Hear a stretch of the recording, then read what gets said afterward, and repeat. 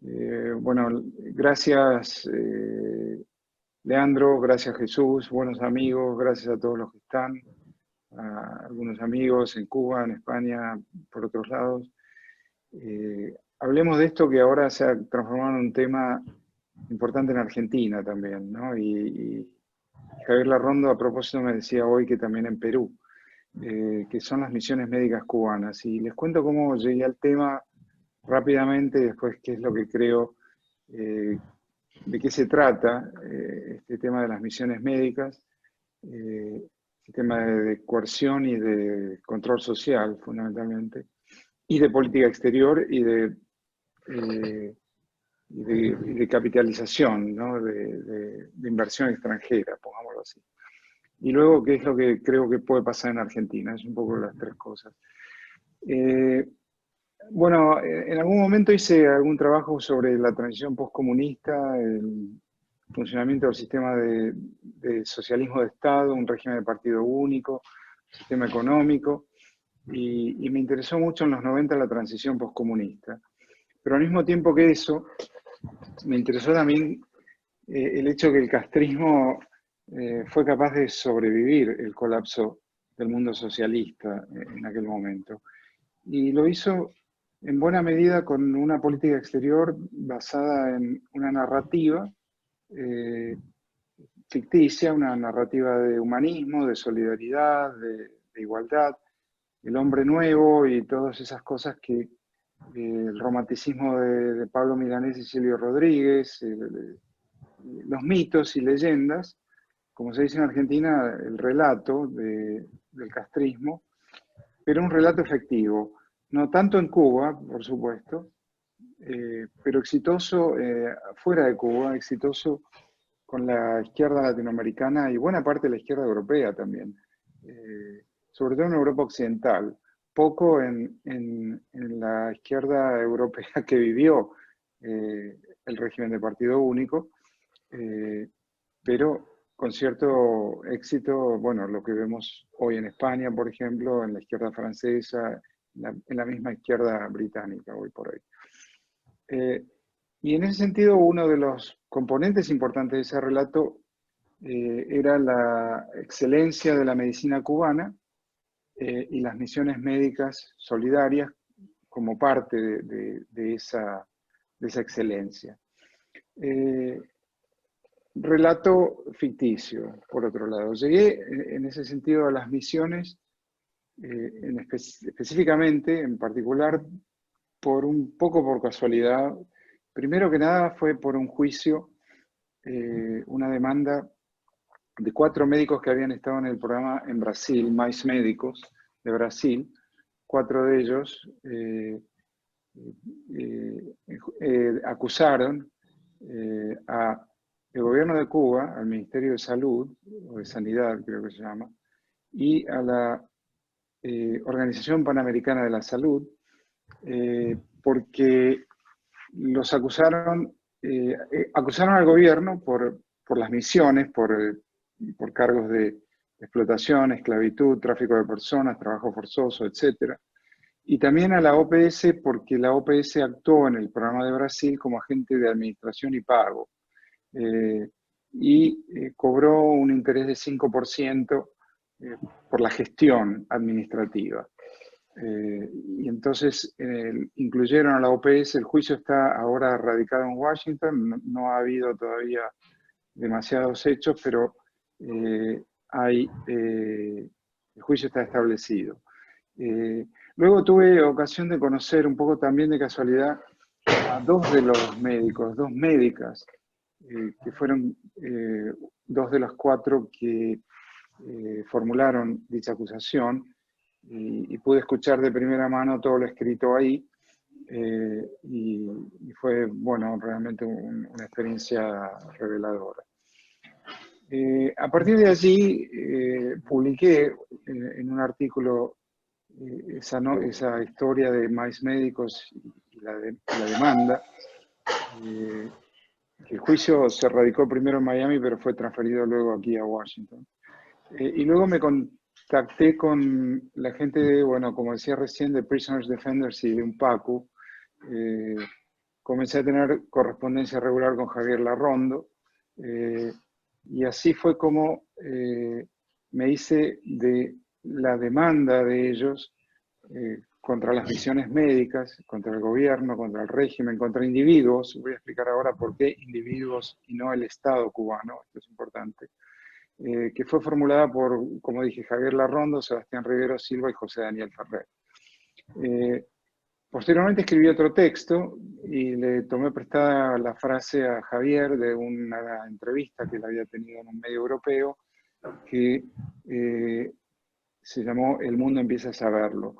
La denuncia, la demanda de ellos, se basó en entrevistas de 110 participantes de las misiones, que tuvieron lugar en diferentes lugares y en diferentes épocas de misiones médicas. La denuncia de ellos ante la Corte Penal Internacional, que esa fue la denuncia, en La Haya tuvo extraordinaria repercusión, y luego la denuncia continuó ante las relatoras especiales sobre formas contemporáneas de esclavitud y sobre la trata de personas. En ambos casos, ellos violatorio del artículo 7 del Estatuto de Roma, que fija que además la responsabilidad criminal es individual, no es de los estados, razón por la cual la denuncia, corríjanme si estoy equivocado, amigos, razón por la cual la denuncia fue también formulada a individuos, a 7, 8 jerarcas de alto rango del régimen, o tal vez más, pero creo que fueron 7 o 8. Dicha denuncia le causó enorme daño reputacional al régimen. Su repercusión, el acogimiento de parte de las dos relatoras que son parte del Consejo de Derechos Humanos de Naciones Unidas, fue un golpe inesperado por parte del régimen, y de tal manera fue que el régimen reaccionó. Quiero señalar que mientras Javier y Sebastián están fuera de Cuba, José Daniel está en Cuba. Y luego, a partir de esa denuncia, fue, no accidentalmente, yo creo, víctima del ensañamiento criminal de la dictadura. Después podemos elaborar un poquito sobre eso. En ambos documentos que leí detalladamente, debo decir, el primero, el de la denuncia de los médicos en Brasil, de 350 páginas, el segundo, 400 páginas, el de Prisoners Defenders in Pacu, se describe un verdadero sistema de explotación. La remuneración, las condiciones laborales, las condiciones habitacionales. Del total transferido se documenta allí que el 10% es dedicado a salario de los profesionales, muy por debajo del salario promedio de un médico en cualquiera de los lugares donde las misiones se desempeñan, y el restante 90% es para el gobierno de Cuba, que es de tal modo una fuente de divisas extranjeras para una economía muy escasa y muy necesitada de divisas. Al mismo tiempo, todo el régimen es un régimen represivo. Los participantes se reclutan por medio de sutiles amenazas o no tan sutiles, invocaciones a la solidaridad revolucionaria y otras frases, otros clichés que claramente quieren decir que quien no se aviene a participar de estas misiones sufrirá consecuencias, y ha habido médicos que efectivamente sufrieron esas consecuencias. No se les informa del destino, no se les informa la duración del viaje ni la paga. Por supuesto que no viajan con los miembros de su familia que quedan en la isla. No se les entrega su pasaporte. Deben entregar el pasaporte, ingresan con un documento que hace las veces de pasaporte, que es parte del convenio que el Estado cubano firma con el país receptor, y una vez allí realizan funciones de propaganda y adoctrinamiento político. Los ejemplos abundan en Brasil y en Venezuela, por ejemplo, de propaganda, adoctrinamiento y delación también. En Venezuela sobran experiencias y testimonios de venezolanos que sufrieron delación política por parte de los integrantes, de algunos integrantes de las misiones. Ocurre que además son acompañados por agentes de seguridad del Estado, que en muchos casos simulan ser médicos. Los mismos cumplen precisamente funciones de inteligencia, vigilan a los miembros cubanos de la misión, pues para controlar la defección, posibles defecciones, y realizan tareas políticas encomendadas por el país receptor. Esto por un lado. Por el otro lado, lo que también me resultó tremendamente importante y revelador de la denuncia de Prisoners Defenders in PACU es que documentan un dato esencial, que es la práctica de falsificar estadísticas sanitarias que realiza el régimen, lo cual hace tanto en el exterior como dentro de Cuba. En el primer caso, esto persigue exagerar el éxito de las misiones. Se reportan más visitas de las que se realizan, se reportan más atenciones, se reportan más prescripciones médicas de las reales, lo cual tiene efectos diplomáticos con el país receptor, por supuesto. Dentro de Cuba, a su vez, la adulteración de información cumple un objetivo político, que es reproducir el mito de la excelencia médica del sistema socialista, que es la tarjeta de presentación de las misiones. Ellos allí documentan que el país, un dato que siempre llamó la atención y siempre fue motivo de elogio, pero que ahora comienza a verse a raíz de esta denuncia y de estos testimonios bajo otra luz, y es que las extraordinarias bajas tasas de mortalidad infantil de Cuba se construyen por medio de una directiva del Estado, del régimen, que obliga a reportar como un aborto todo deceso de un neonato, por varias semanas hasta cumplir una meta, ¿no? Así como el plan quinquenal de producción tiene metas que cuando no se cumplen se fabrica la información. Bueno, en este caso también los hospitales tienen metas de cuántos abortos deben, de cuál es la cifra de mortalidad infantil que se acepta sea reportada. Y para hacerlo necesitan entonces falsificar las estadísticas y las hacen aparecer como abortos. Los entrevistados declararon allí que algo parecido ocurre con enfermedades transmisibles como el dengue y el cólera, las cuales también están a nivel de epidemia desde hace bastante tiempo. Esto sorprende pero a medias, ¿no? Ha sorprendido porque a fuerza de repetición muchos creyeron en la excelencia de la medicina cubana, pero sorprende menos la fabricación de estadísticas, la manufactura de la información, porque es un dato esencial de cualquier sistema de partido único, y además mucha literatura sobre la transición postcomunista en Europa ya había documentado la práctica habitual de manufacturar estadísticas en el país.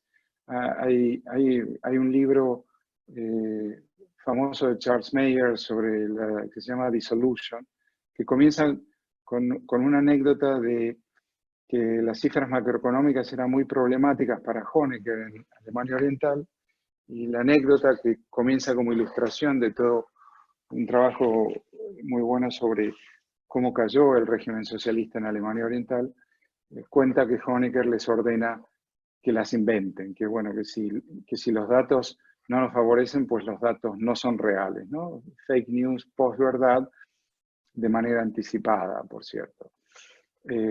A propósito de eso, pueden verlo, los datos están online, tanto en la Organización Mundial de la Salud como en el Banco Mundial. Cuba reporta 8 médicos por cada 1000 habitantes, que es una cifra absolutamente desproporcionada e irreal, a la cual se llega contando al personal auxiliar también, como médicos, y que también forman parte de las misiones médicas en el exterior. Así se reporta como médicos, a camilleros, técnicos, enfermeros y otros. Y ello constituye parte del problema, que es la idoneidad médica, profesional de las misiones.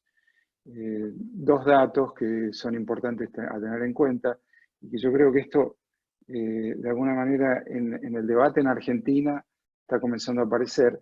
En diciembre pasado, 6 de 9 oftalmólogos cubanos que dieron el examen de reválida para quedarse en Uruguay, habiendo sido ellos mismos miembros de una misión en el pasado, fueron reprobados en ese examen por la Escuela de Graduados de la Universidad de la República, que es la universidad pública de Uruguay, la universidad más grande y más importante. Luego, ello, además, dicho sea de paso, luego de haber trabajado durante 2 años en el Hospital de Ojos. Otro dato, en Bolivia se informa, salió a la luz una información que de los 702 profesionales desplegados por la misión cubana, solo 205 tenían título universitario. Entonces esto, yo creo que hay 2 temas. Uno, el sistema de esclavitud, de tráfico de personas, el sistema de trabajo forzoso, violaciones flagrantes al artículo 7 del Estatuto de Roma, que constituyen crímenes de lesa humanidad, y así fue catalogada la denuncia en La Haya. La otra parte es que el mito y la leyenda de la excelencia médica cubana no es tal, y esto tiene, por supuesto, un problema adicional a aquellos países que son receptores. No es que no haya médicos buenos, es que muchos, que los hay, obviamente, pero muchos no son médicos y no están capacitados como tales.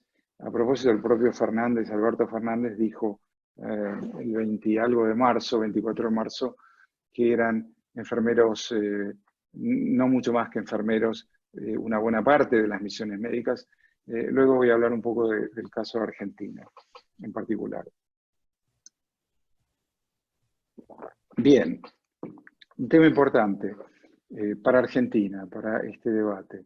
Argentina tiene 4 médicos por cada 1000 habitantes. Para tener una base comparativa, en los Países Bajos dicha proporción es de 3.5, en Francia 3.2, en el Reino Unido 2.8, en Canadá 2.6, en Estados Unidos 2.6 médicos por cada 1000 habitantes. Los médicos argentinos no son escasos, ni son malos, ¿no? Porque más allá de cualquier deterioro que haya tenido nuestra educación pública, hay un lugar que sí mantuvo excelencia, que es la Facultad de Medicina. Lo que no hay en Argentina es una política de salud pública coherente y que pueda sostenerse en el tiempo. Como me decía un amigo mío el otro día, el problema de los médicos de la Argentina es que están todos en el barrio norte. Entonces, claro que en Santiago del Estero o en Formosa hay muy pocos. En 2014, quiero señalar, se hablaba del tema de misiones médicas, el gobierno de Cristina Kirchner, y se hablaba de llevar médicos cubanos a La Pampa y Chaco. A Chaco por la situación sanitaria muy precaria, el dengue y otras enfermedades subtropicales típicas del lugar. Hoy yo creo que este tema ha vuelto a introducirse. Como dije, se introdujo en marzo. Alberto Fernández, presidente, lo desmintió. Tuvo una actitud un poco así como no le dio importancia, no, eso es cosa de Kicillof. Hay una nota de Román Lechman en Infobae al respecto, donde lo cita a Alberto Fernández, desestimando, descontando el tema, pero ahora es abril y ha vuelto. Y yo creo que se trata, lamentablemente, de una estrategia de contradicciones y desmentidas, que es una estrategia típica de cómo se instala un tema en un debate. Se instala, se tira, se retira, se vuelve a introducir, se desmiente. El tema, en definitiva, queda allí. El presidente ahora se ha desmentido otra vez, hace 2 días creo. El presidente Fernández no ha dicho nada concluyente al respecto. Si no está de acuerdo, debe dar la instrucción a sus funcionarios y debe comunicárselo al país de manera contundente, punto. Debe clausurar el tema si no está de acuerdo. De otro modo, esto genera la sospecha que esta estrategia de meter el tema, sacarlo, introducirlo, es parte de una intencionalidad que es recibir eventualmente las misiones cubanas. Probablemente ocurra que cuando los medios ya estén saturados del tema y no presten atención, porque seguir hablando de un tema que no pasa nada causa fatiga, la gente tiene otras preocupaciones. Noten que el tema anterior fue introducido al mismo tiempo que se anunció un plan de reestructuración de deuda, ¿no? Fue el mismo día, bueno, para que se hable de reestructuración de deuda y se hable menos de los médicos cubanos. Yo sospecho que cuando ya haya poco interés porque el tema se gaste y haya cansancio y otras preocupaciones, yo creo que el gobierno va a introducir el tema. De cualquier manera, no es ocioso estar alertas y estar pendientes para evitar que lo hagan. Porque además de los perjuicios que puede haber en términos de salud pública, existen serios riesgos desde el punto de vista de las libertades, del orden constitucional y además ser sujetos de espionaje e inteligencia que realiza la seguridad del Estado cubano que acompaña a los médicos. Por último, no puedo dejar de señalar que la prolongada residencia de la hija de la vicepresidente en un centro hospitalario de élite del Partido Comunista, los reiterados viajes de su madre a visitarla, obligan a pensar que el régimen cubano no ha hecho el cuidado, no le ha dado todo ese cuidado a la hija de la vicepresidente por bondad ni generosidad. Bondad y generosidad no es un rasgo del Partido Comunista Cubano o de cualquier partido comunista en ese caso. Entonces es imposible que, yo pienso que es imposible que esas reiteradas visitas de la hoy vicepresidente, que los había hecho como senadora y luego continuó visitando a su hija ya en ejercicio de la vicepresidencia, el último hace pocos días cuando regresó con su hija a la Argentina.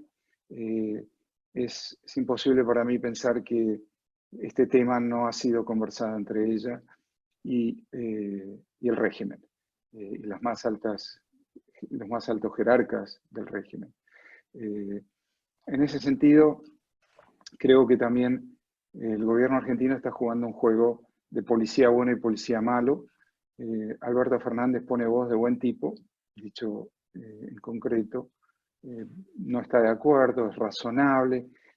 Alberto Fernández es razonable, Cristina Kirchner es la mala de la película, es el policía bueno y el policía malo.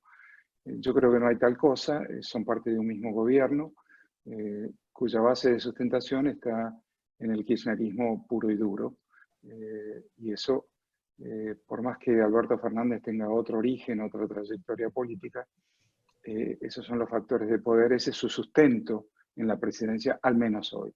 De vuelta, si el presidente no está de acuerdo, si cree que es una mala idea, como lo dijo, si es verdad que los profesionales, muchos de los profesionales no son médicos, apenas son enfermeros, él mismo lo dijo, pues que termine el tema, lo cierre, lo cancele y le comunique a sus funcionarios que está terminado y se lo haga saber al país, es lo mínimo que debe hacer en un sistema democrático.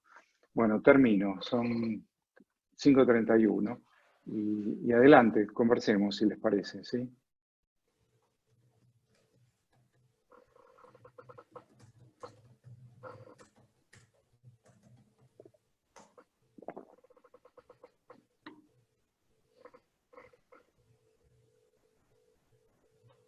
Jesús, ¿vos estás conectado? Sí, aquí estoy. Ok. Bueno, esa es un poco la historia. A propósito, Yo la circulé con el tuit de ustedes, mi última columna sobre el tema fue en Infobae, misiones médicas cubanas en Argentina como pregunta, ¿no? Porque, bueno, es una pregunta. Yo creo que este tema va a continuar, estemos atentos, ¿sí? Los escucho, díganme. Bueno, los ¿Cómo? invitamos a plantear las preguntas por allí, por el chat. Yo aprovecho, Héctor, que bueno, estoy también conversando y te hago un comentario y a ver cómo lo ves tú, ¿no? Pero hemos visto que muchos de los actores que se han involucrado en la discusión la han llevado a un terreno ideológico, hablando, por ejemplo, o argumentando de que se aceptan médicos de algunas nacionalidades y de otras no. Y yo creo que es bueno aprovechar que esté José Daniel conectado, que esté Javier también, porque tienen un trabajo muy importante que tú has también difundido sobre el tema de cómo representan una forma moderna de esclavitud las misiones médicas cubanas, ¿no? Y yo creo que pocos actores, al menos en Argentina, desde lo político, han afrontado el tema desde esa perspectiva, no desde un tema ideológico, sino desde una perspectiva de que es una clara violación a los derechos humanos y que representa más bien formas de esclavitud moderna como lo estableció la ONU. ¿Te contesto ahora a eso? Lo ponía para abrir el debate, Está pero bien, veo que están dale. hilando preguntas. Dale, la primera parte, las dos partes de lo que dijiste, Jesús, son importantes. Lo primero, porque en el país, ya sé a dónde vas y estoy de acuerdo, eh, hay muchos médicos venezolanos que son competentes y que están intentando dar el examen de reválida. Creo que algunos lo han hecho, muy pocos. Y no sé la cantidad, vos probablemente sepas mejor que yo, pero no son pocos los médicos venezolanos que están viviendo en Argentina. Eh, Alguna vez leí en La Nación, creo, una nota acerca del regreso del médico rural, porque había muchas localidades rurales en la provincia de Buenos Aires y en Santa Fe, que habían perdido la tradición del médico rural y habían invitado y contratado a médicos venezolanos a vivir. Creo, mira, me acuerdo y todo. Lincoln, provincia de Buenos Aires, una nota en La Nación sobre un médico venezolano con su familia viviendo allí, muy contento por lo demás, porque, bueno, exiliado venezolano, además estaba empezando a ejercer su profesión. Creo que te referías a ello. Bueno, es algo, por supuesto, para tener en cuenta. Además que sabemos que los médicos venezolanos son todos médicos. Los títulos están allí, están certificados. Es cuestión de dar la reválida y yo creo que el gobierno argentino debería facilitarles eso. Por un lado eso. Segundo, ideología, derechos humanos, tal vez no tiene que ver con la ideología, pero sí tiene que ver en parte, porque no debe ser la razón fundamental. La razón fundamental es que es un sistema de coacción y de esclavitud, y que es un régimen como tal. Las misiones son un régimen de control social, violatorios del artículo 7 del Estatuto de Roma, que constituye crimen de lesa humanidad. Bueno, en ese caso, gobiernos que estén asociados a eso son, de alguna manera, expresan una cierta complicidad. Por el otro lado, yo sí creo que las violaciones de los derechos humanos, bueno, tienen que ver con la ideología dominante de un sistema de partido único, de un partido comunista en Cuba o en cualquier otro lado, que es una concepción de que los derechos humanos son un principio burgués, pongámoslo así, y que como tal no constituyen algo para prestarle atención.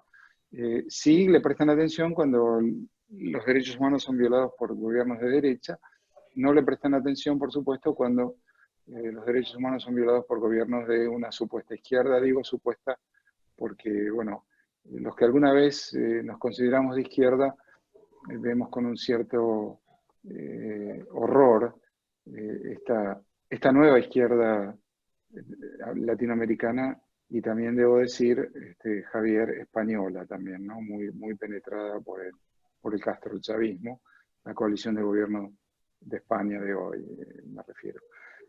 No sé si el tema es el tema al cual estabas dirigiéndote, Jesús. Más Sí, o Héctor. menos. Sí, Bien, justamente esa diferenciación. Y bueno, te recuerdo que también allí en el chat ya están algunas preguntas que si quieres puedes ir abordando. dale, las tengo que leer yo. Ok, aquí dice, ok, Juliana Montani. Muchas gracias. Quisiera saber dónde obtuviste los datos. Si no es posible hablar, espera, que me estaba hablando, me cambia. Con los médicos se puede pedir asilo o solo envían a gente con familias para poder presionarlos en su país. No, envían gente sin sus familias, precisamente. Las familias quedan como rehén, virtual o literalmente.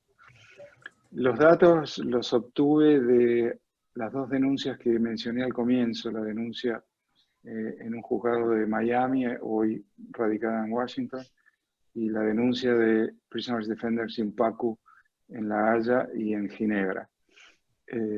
Bien, creo que eso contesta, ¿verdad?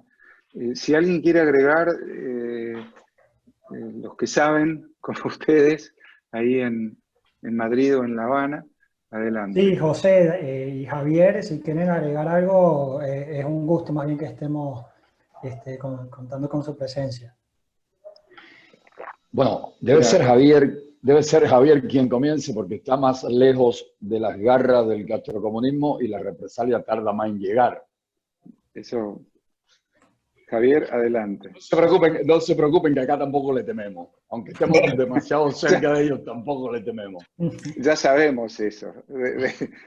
Desgraciadamente No, ya lo sabemos. no, Mirá lo muy que en te digo, serio, ¿no? muy en serio. Ya sé. Una de las dos principales razones por las que pasé 6 meses en condiciones muy difíciles en prisión fue por nuestras críticas a las relaciones, al acuerdo de la Unión Europea con el régimen cubano y los proyectos que benefician al régimen, y otra, lo que el régimen llama mentiras nuestras, de Javier y mía, y de Paco y de Prisoners Defender, para desprestigiar las humanitarias misiones médicas que ellos con muy buen corazón envían hacia países muy necesitados. Eso le molestó o le viene molestando grandemente.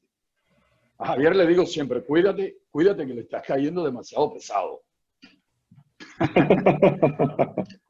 ¿A quién? ¿A quién? Bueno, Al régimen. a nuestros amigos, a nuestros Bueno, amigos.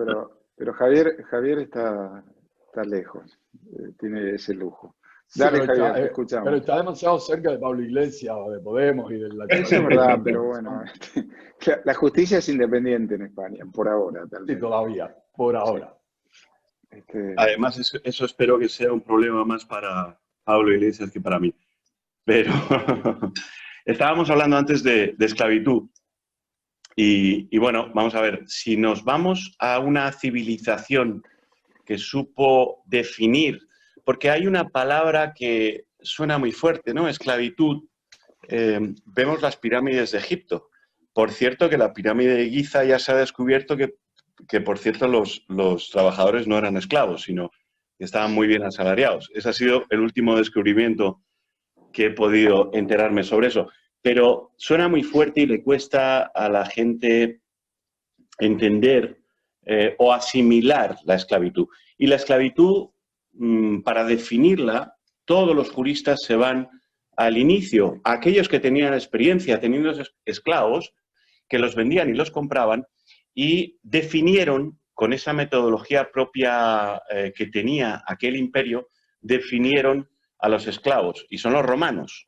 Los romanos definieron tres propiedades de la esclavitud, ¿no? El derecho de uso, el derecho de disfrute y el derecho de abuso. Si tú usas algo cuando tú quieres, tienes un cierto derecho. Si tú disfrutas de su beneficio todo lo posible, todo el jugo que eso puede dar, también tienes otro derecho. Y si tienes el derecho de abusar, es otro derecho más, ¿no? Cuando los romanos tenían un esclavo totalmente en propiedad, tenían las tres órdenes de propiedad, que eran el ius, utendi ius fruendi y el ius abutendi, el derecho de uso, de disfrute y de abuso. Bueno, pues los médicos cubanos, para llevar el caso a la Corte Penal Internacional, solo teníamos que demostrar uno de los derechos de la propiedad, porque en el convenio de 1956 de la esclavitud a la que está sometida el articulado del Estatuto de Roma para hablar de esclavitud, habla de que con uno solo, ejercer uno solo de los derechos de la propiedad es suficiente, ¿no? Bueno, pues en Cuba, con un sistema increíblemente perfeccionado, hace uso de los tres. Llama a las misiones y hace uso de los médicos cuando quiere y como quiere. Algunos pueden ir con un ánimo de ganar un dinero, viajar mundo o lo que sea, o tener un espíritu de querer ayudar al prójimo. Pero la gran mayoría, y os tengo que decir los resultados de la encuesta, de los 110, el 5%, solo el 5% iban solamente voluntarios, exclusivamente voluntarios, sin coacciones de ningún tipo. El resto, el 50%, no iban voluntarios, fueron obligadamente a esas misiones, y el 45% restante fueron, se presentaron voluntarios pero coaccionados. ¿Por qué coacciones? 3 coacciones. Una es la deuda de vida que el Estado cubano le mete en la cabeza a todo cubano que estudia en la universidad por estudiar en la universidad de forma gratuita. En España también tenemos la universidad gratuita. Sin embargo, no tenemos esa deuda de vida ni que se les ocurra. Eso es una práctica terrible, ¿no? Porque realmente es una inversión en tus ciudadanos para que tu Producto Interior Bruto gane después, ¿no?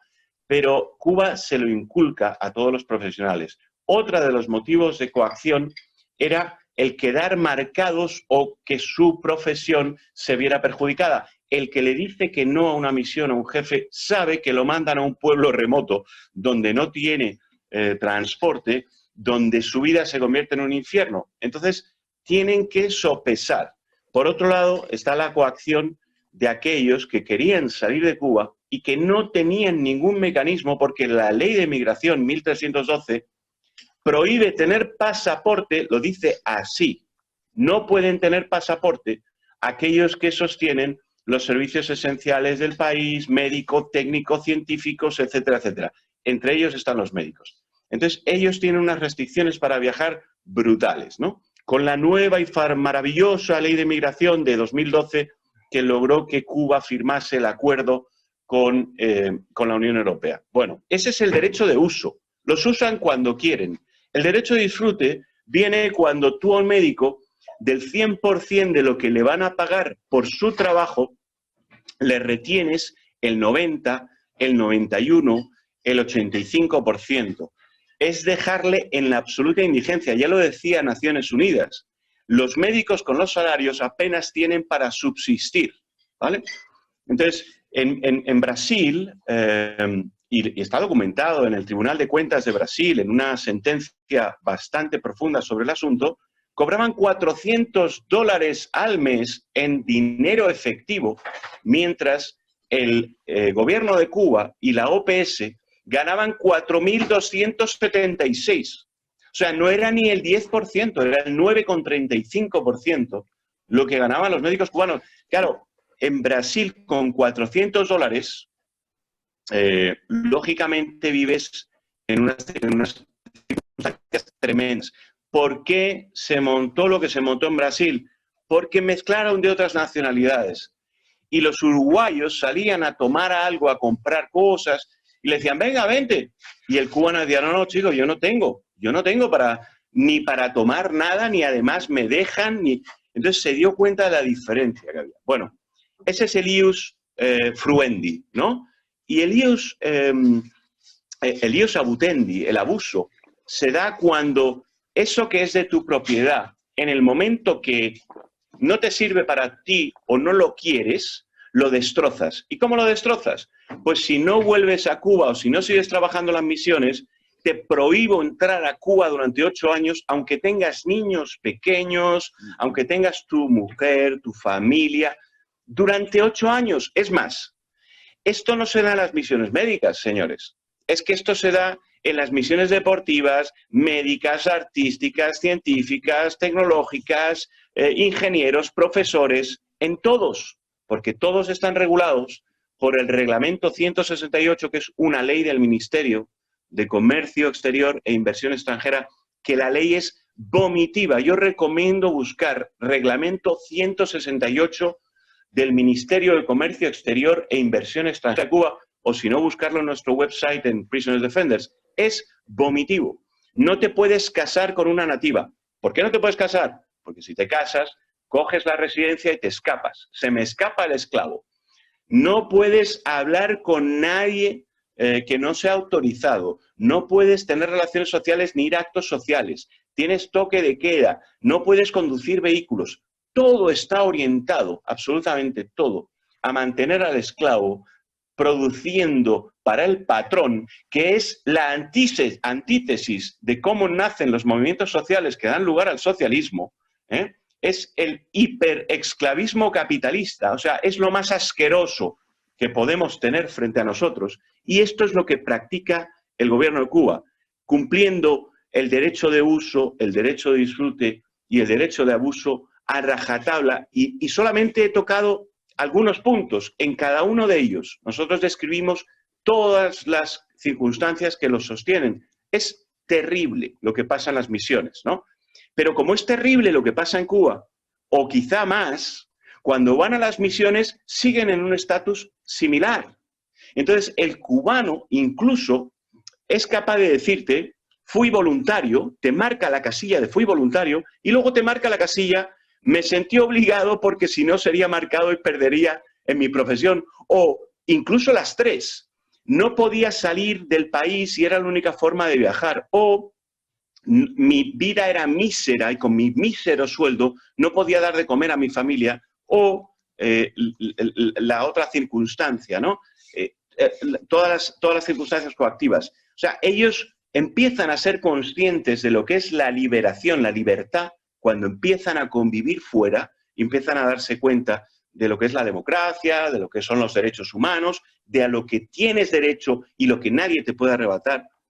Y claro, el gobierno cubano ha trabajado 60 años en quitarle el ius utendi, el ius fruendi y el ius abutendi a todos los cubanos. Y entonces en las misiones practica lo mismo, lo que pasa que aquí podemos atacarlos, porque en Cuba hacen lo que les da la gana y no hay organización que les pueda mirar, pero aquí sí estamos en el mundo libre para impedir Javier, que eso pase.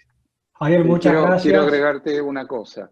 En el informe acusatorio de Ginebra de Naciones Unidas, a raíz de la petición de ustedes, habla de formas contemporáneas de la esclavitud, precisamente. Digo por lo que dijiste acerca de la esclavitud en Egipto o en América, en la época colonial, etc. Hay más preguntas que no quiero dejar pasar. La medicina, dice Iván Torres, la medicina es el segundo motor impulsor de la economía porque el primero es el turismo. Efectivamente, el turismo y las misiones médicas son generadores de divisa extranjera y la economía cubana está sedienta de divisas, por supuesto. Armando Chaguaceda, hola Armando, ¿cómo estás?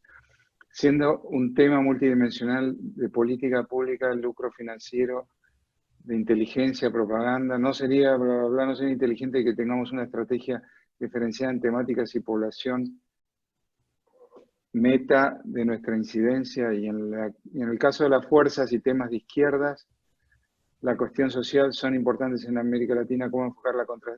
Bueno, sí, ustedes pueden leer la pregunta, ¿no? Porque fui rápido, o solo yo la puedo leer. Sí, se puede leer. Ah, ok. Bueno, estoy de acuerdo, ¿no? Esto es lo que... yo alguna vez era de izquierda, hasta el otro día que amanecí facha, pero en buena parte porque esta es una izquierda fascista, ¿no? Es una izquierda que no reconoce ninguno de los derechos fundamentales de la vida democrática, no reconoce una constitución democrática. Y eso es un gran problema para ser de izquierda. O sea, que, por empezar, ¿qué quiere decir ser de izquierda? Bueno, yo creo que ser de izquierda es pensar que la desigualdad no es prepolítica. Que quiere decir que la desigualdad es producto de relaciones sociales e instituciones públicas que la reproducen. Perfecto. Dicho sea de paso, la desigualdad es un dato estructural del socialismo de Estado, ¿no? Pero bueno, es otra cosa. Desigualdad en un sinnúmero de derechos, desigualdad material, pero también desigualdad formal en cuanto a acceso a derechos y garantías y protecciones por parte del Estado. Esa es la arbitrariedad que recién Javier describía. Bueno, este es no sé, es la pregunta del millón del mito cubano en la izquierda europea y latinoamericana. La capacidad de vender un relato, como se dice en Argentina, indefinidamente. Una dictadura de 60 años, donde durante 50 años la suma del poder público en manos de una persona, un sistema totalitario con rasgos sultanísticos, diría Juan Lins, y que eso nunca puede ser de izquierda. El culto a la personalidad, pero llevado a extremos incomparables con la Unión Soviética, ¿no? Porque donde el culto a la personalidad, en definitiva, estaba anclado en la institucionalidad del partido, pero en Cuba uno de los sultanes le pudo pasar el poder a su hermano sin ningún problema, ¿no? O sea, el nepotismo en su expresión más máxima es característico de lo que Lins llamaba sultanismo. Entonces sí, yo me sigo considerando de izquierda, a pesar de haberme despertado facha hace unas semanas, porque creo que la desigualdad no es prepolítica y que por supuesto que hay muchas maneras de combatir la desigualdad. La de los partidos comunistas no es la mejor, ni mucho menos.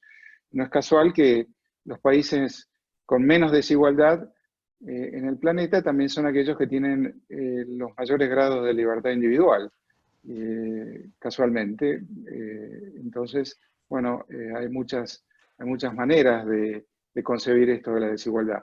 La del partido-Estado, la del partido único, por cierto que no lo es. No es ni la mejor ni tampoco es un arma contra la desigualdad. Así que bueno, eso, no sé, la seguimos armando. Michelle dice que quisiera preguntar por la situación de los médicos en misiones en estos tiempos de coronavirus. No lo sé. ¿Está el gobierno cubano exigiendo a los países anfitriones que reciban equipo de protección? No lo sé, porque ese es el otro dato. Se sabe muy poco de lo que pasa con coronavirus dentro de Cuba. En términos, no es el único país del cual se sabe muy poco, pero es uno de ellos, ¿verdad? Donde no se sabe exactamente los testeos, las infecciones, las muertes, porque, bueno, el régimen no divulga información y eso es lo que pasa en un sistema totalitario donde no hay prensa con la fuerza. Hay ahora algo de prensa independiente, pero no hay la suficiente...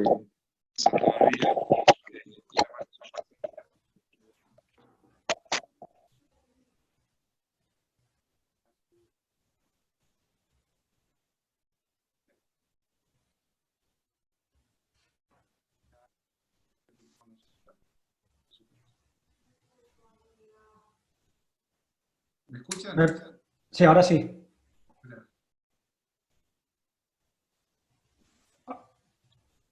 Hola, hola. Ahora sí. Muy bien, bien. Paola Vergara, Radio Ambulante, un podcast de Latinoamérica, tiene un testimonio sobre el tema. Se los recomiendo, se llama Mais Médicos, es un testimonio muy conmovedor. Mais Médicos era el nombre de la misión en Brasil durante el PT.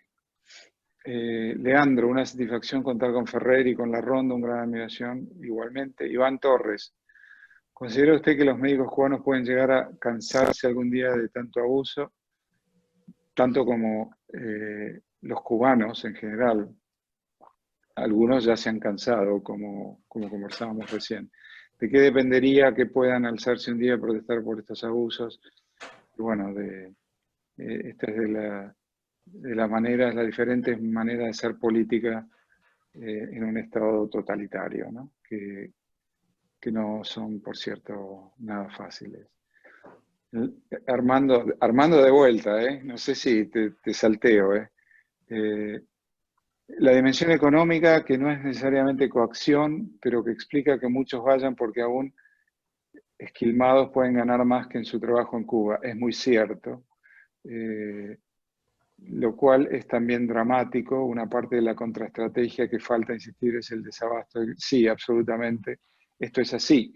Hay quienes van porque un amigo común me contaba una vez que su hermana médico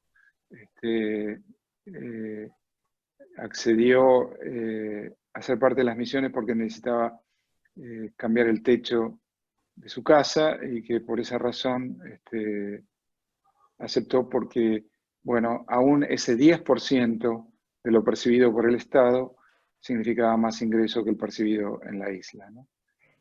Efectivamente. En privado te cuento quién es el amigo común. Iván Torres, soy un joven psicólogo cubano, vivo en la provincia Granma, sí, plataforma social Jacu, Ciudad de Bayamo, Cuba. Encantado, bienvenido, un gusto, Iván. Ok, Armando, te salteo, estás monopolizando las preguntas. Con el plus de que no es extracción de renta de trabajo cautivo, claro, eso es una extracción de rentas, absolutamente. Es explotación, es por eso lo de esclavitud, formas contemporáneas de esclavitud, sino también uso ideológico de el hecho de misiones. Una cosa que quería decir sobre esclavitud, cuando estabas hablando, Javier, en alguna nota lo metí así, la paradoja, entre las tantas paradojas de este régimen, es que en el esquema marxista de los modos de producción, la historicidad de los modos de producción, del esclavismo se va al capitalismo y del capitalismo al socialismo. Y el libro de Fukuyama fue importante porque el fin de la historia no era el fin de la historia, el fin de la historia era el fin de la concepción marxista de la historia, que era que terminaba en el sistema socialista. Y la transformación europea en los 90, en dirección al capitalismo, fue una inversión en el determinismo histórico típicamente marxista. Bueno, han ido los cubanos, con las misiones médicas el régimen cubano ha ido un estadio aún anterior al capitalismo, han ido del socialismo no al capitalismo, sino del socialismo al esclavismo. Es una absoluta anomalía desde el punto de vista intelectual. A algunos les podrá interesar, es una curiosidad, pero resulta una paradoja, o sea, la injusticia del capitalismo la empeoraron, la agudizaron en un sistema esclavista, digamos, ¿no? La injusticia de la extracción de valor, digamos, ¿no? que funciona, sobre la base de la cual funciona el capitalismo. Bueno, la extracción de valor también es un dato del sistema esclavista. La extracción de valor al asalariado, ¿no? Por supuesto. Estuve viviendo unos años en Vietnam, trabajé en China, dice Juliana Montani. A pesar de que siguen siendo comunistas, en ciertas áreas y relajamiento de leyes en Vietnam para el capital extranjero, efectivamente, tanto China como Vietnam son sistemas de partido único con economía capitalista. 3/4 partes del producto en China están en manos privadas. Es un sistema definitivamente capitalista, donde el partido se reserva el monopolio de la representación política y del ejercicio del poder. Los mexicanos habrían soñado con eso para siempre, los del PRI, de antaño. Tal vez López Obrador esté soñando con eso ahora otra vez, para aquellos que están en México o son mexicanos. Atento al caso de Venezuela y Bolivia, ¿qué debería hacer la oposición para controlar en caso de que lleguen a la Argentina? Sí, la oposición tiene que estar atenta, tiene que informarse. Es un tema que ha llegado, que recién ahora llega a Argentina, fue un tema marginal, ocurrió en Venezuela, ocurrió en Bolivia, ocurrió en Uruguay. Yo creo que lo que hay que hacer, la oposición debe prestarle atención a cómo fue el tema en Uruguay, porque es un caso muy próximo, muy cercano a nosotros y donde los argentinos son capaces de relacionarse, ¿no? Que lo que ocurrió en la Universidad de la República de Montevideo nos pega muy cerca, donde de vuelta 6 de los 9 oftalmólogos que dieron examen de reválida fueron reprobados.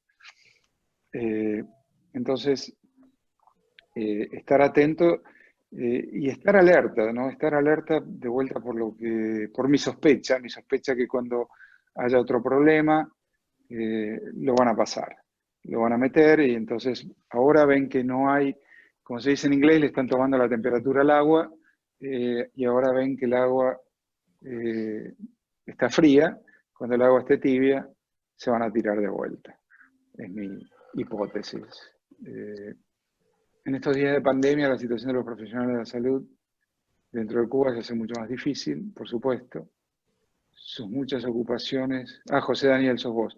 Sus miserables salarios, el desabastecimiento y las largas filas que hay para adquirir unos pocos alimentos hacen que sus vidas se vayan convirtiendo en insostenibles. El régimen solo quiere recompensarlos con aplausos del pueblo, efectivamente. La situación de escasez y la crisis humanitaria que se está empezando a vivir en Cuba, en términos de acceso a alimentos, en términos de energía, en términos de agua, no es muy diferente de la que se está viviendo en Venezuela y que el caso venezolano ha tenido repercusión, pero esta dimensión de la crisis cubana, esta dimensión humanitaria de la crisis del régimen, no ha tenido suficiente repercusión, yo creo, fuera de Cuba. No se le está prestando atención como se le ha prestado atención a la crisis humanitaria en Venezuela. Lo que pasa es que la crisis humanitaria en Venezuela estuvo acompañada de un éxodo masivo. Bueno, las noticias, los migrantes son los portadores de las noticias y ese éxodo no es tal en Cuba, por tamaño, por la política migratoria. Maduro abrió la puerta a los venezolanos para que salgan, lo sigue haciendo. El caso cubano es diferente, no ha habido una explícita apertura de puerta. Es absolutamente así y en redes sociales se ve que hay protestas. Leí en el tuit de no sé quién que hubo cacerolazos anoche en La Habana en protesta por la falta de energía, la falta de agua, la falta de alimentos. Y eso es, bueno, ahora comienza a ser un tema humanitario que por supuesto el régimen va a ocultar de todas maneras. Se dice que muchos médicos cubanos en Venezuela son graduados en escuelas médicas del MININT y la FARC. ¿A qué cree que se debe eso? Desde el punto de vista, no, un segundo. No me queda claro. No tengo demasiado conocimiento de esas dos instituciones. Una pregunta para José Daniel. Dice Javier, ¿en qué se parecen y diferencian las misiones de la vida en Cuba? Y para Héctor, tú que conoces tantos sistemas políticos actuales e históricos, ¿ves analogía con alguno a lo que ocurre en las misiones? Ok, José Daniel, vos primero. Sí, cómo no.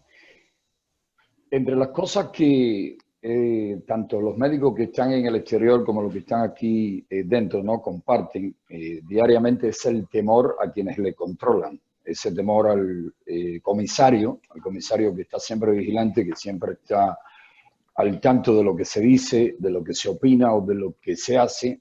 Ese temor no se pierde cuando salen a las misiones, incluso se incrementa porque saben que están siendo más vigilados que nunca. Esa es la parte más negativa en medio de esta situación de esclavitud que viven los que están en las misiones y que viven de una manera aún más dura los que se quedan aquí dentro. Porque si bien Javier resumió de una manera muy precisa, muy exacta, magistral, la situación, las condiciones, ¿no?, de los médicos en las llamadas misiones, el hambre, la miseria, la necesidad de un hogar que la mayoría no tiene, tienen que vivir con familiares, con padres, tíos, con suegros, o decir, con la familia de su cónyuge. En medio de esa situación, la misión se le convierte en una salida, ¿no?, para esa miseria absoluta que viven al interior de la isla.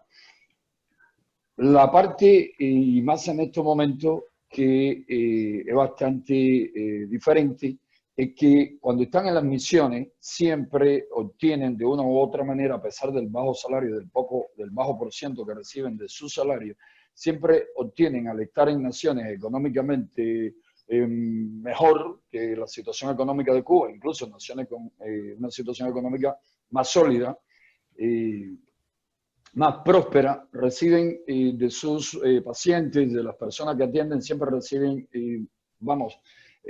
atenciones, gestos amables, generosos, que les permiten, regalos incluso. Los médicos aquí dentro están muy acostumbrados a lo que llaman, es decir, sobrevivir con los regalos del paciente. El médico que aquí dentro tenga que vivir solo con los 40 y tantos, 50, nunca casi ningún médico, ningún especialista sobrepasa los $60, los 60 CUC de salario mensual. Y la mayoría está muy endeudada porque deben todavía productos electrónicos, equipos electrónicos como los llamados refrigeradores de la llamada revolución energética. Todavía hay quien está pagando esos refrigeradores, están pagando ollas multipropósitos, ollas arroceras y una serie de equipos que adquiere cualquier profesional o cualquier trabajador en cualquier parte del planeta solo con su trabajo honesto, honrado, que aquí el trabajador y los médicos dentro de esa lista de tantos trabajadores no pueden adquirirlo.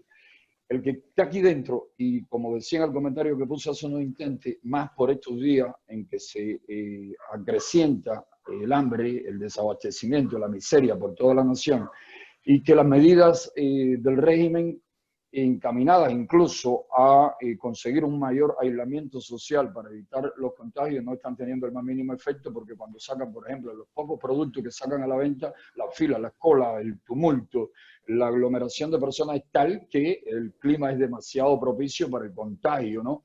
Con mascarilla defectuosa, las personas sin la posibilidad de adquirir los productos de higiene necesarios para combatir los contagios. No aparece jabón, no aparece detergente, hay que ver las colas las filas que se están produciendo para adquirir estos productos y también los alimentos básicos de la canasta de la mesa del cubano. Lo que está acá ahora dentro, y se lo digo porque he estado conversando con varios médicos por estos días a través de mi esposa, que es médico, que se vio obligada a renunciar por las excesivas presiones que el régimen le puso, su policía política le puso, desde que empezó a compartir su vida conmigo. Y ella mantiene muy buenas relaciones con colegas de ella, y tenemos otros médicos amigos. Y lo que le están diciendo es terrible, es terrible. Nos acostamos con hambre, nos acostamos excesivamente cansados, es de reuniones en reuniones. La parte política, el Partido Comunista, la Dirección de Salud Pública nos tiene de reuniones en reuniones y de lugares en lugares. Perdemos más energía y tiempo cumpliendo con la cuestión ideológica, la cuestión política, la cuestión doctrinal de qué deben decir y qué no deben decir, cómo tienen que hablarle a la población, cómo deben crear falsas esperanzas, el triunfalismo ese de que todo está bajo control, de que tenemos gotas homeopáticas para prevenir la enfermedad, de que estamos trabajando con 20 y tantos medicamentos producidos en Cuba para evitar que la pandemia, el virus, la COVID, haga estrago o produzca excesivos daños en Cuba. Es decir, esa es la vida del médico en este momento. Y los $50 que reciben al mes no le alcanzan para cubrir las necesidades de una semana o 10 días. Si no le asisten los pacientes que tienen mejores condiciones económicas en una nación donde la miseria afecta a la inmensa mayoría y por estos días la miseria se viene multiplicando, eso hace que en los próximos días veremos, estaremos oyendo y vamos a estar leyendo muchísimos reportes de hasta dónde el dolor, el sacrificio, la situación excesivamente crítica que tienen los que están dentro, que es mucho más compleja que la que están sufriendo los que están saliendo a misiones en el exterior.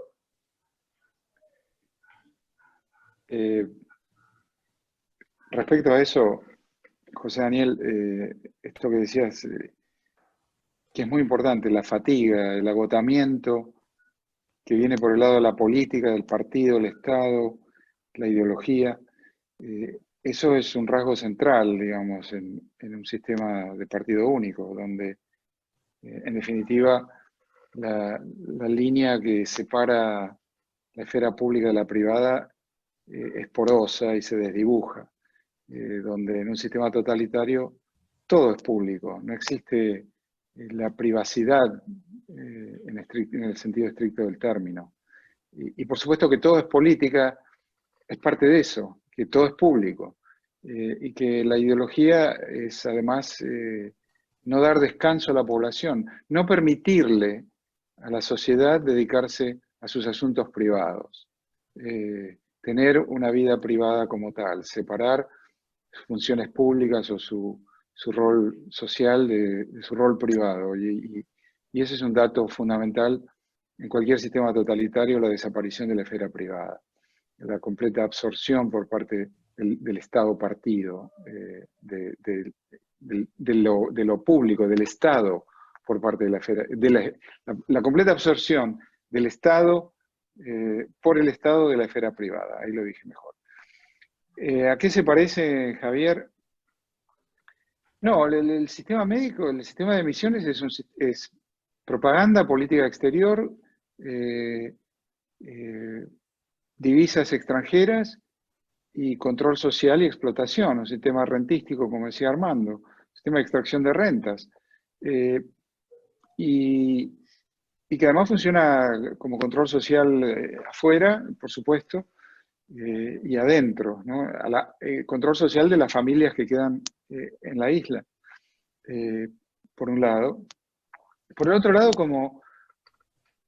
como sistema político, bueno, es un sistema de partido único, es un sistema totalitario que en diferentes momentos de la historia ha tenido rasgos, como decía, sultanísticos, ha tenido el patrimonialismo de un sultán, de un líder que ejerciendo el culto a la personalidad se ha perpetuado toda su vida en el poder, y luego que transfirió el poder a su hermano,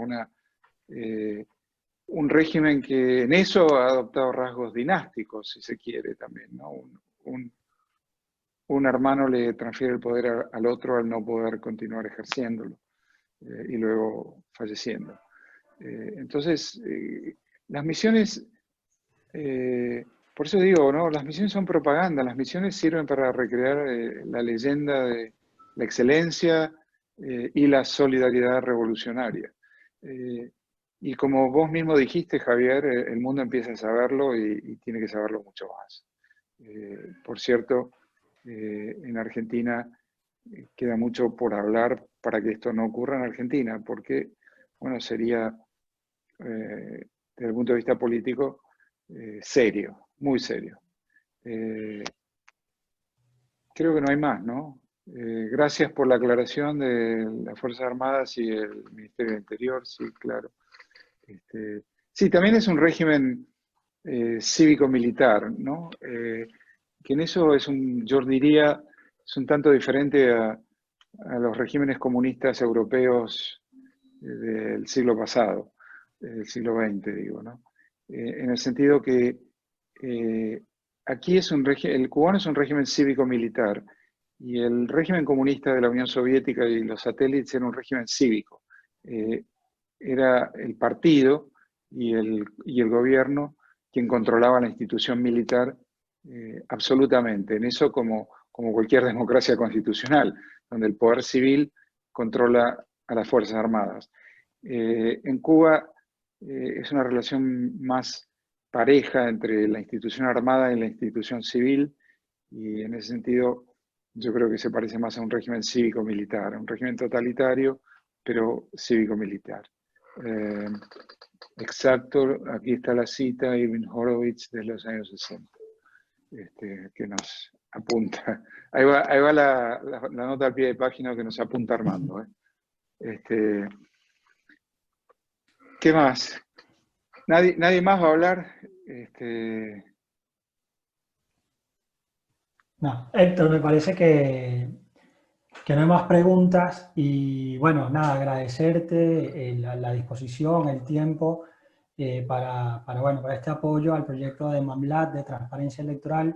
Agradecer también la participación de José y de Javier muy, muy nutritiva para el tema de hoy. Y bueno, desde de Mamlat vamos a seguir dando mucha importancia a este tema, sobre todo con lo que parece que va a pasar acá en Argentina y la llegada de esa misión, ¿no?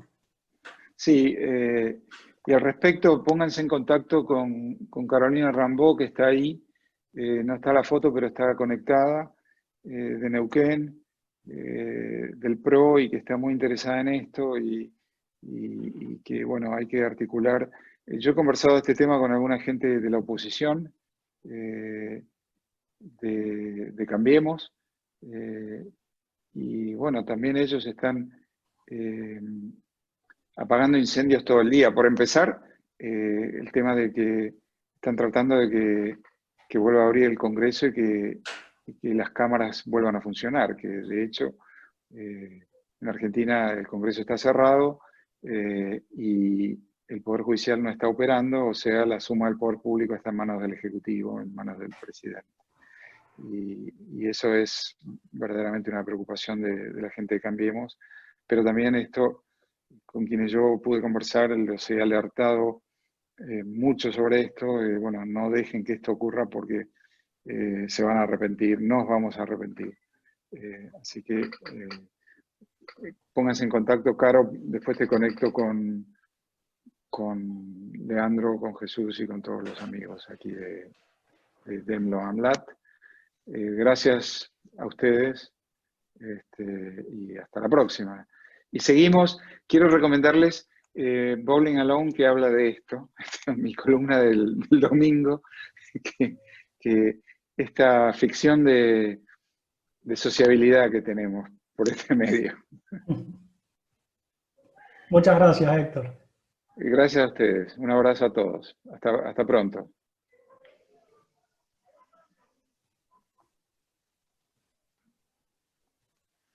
Listo.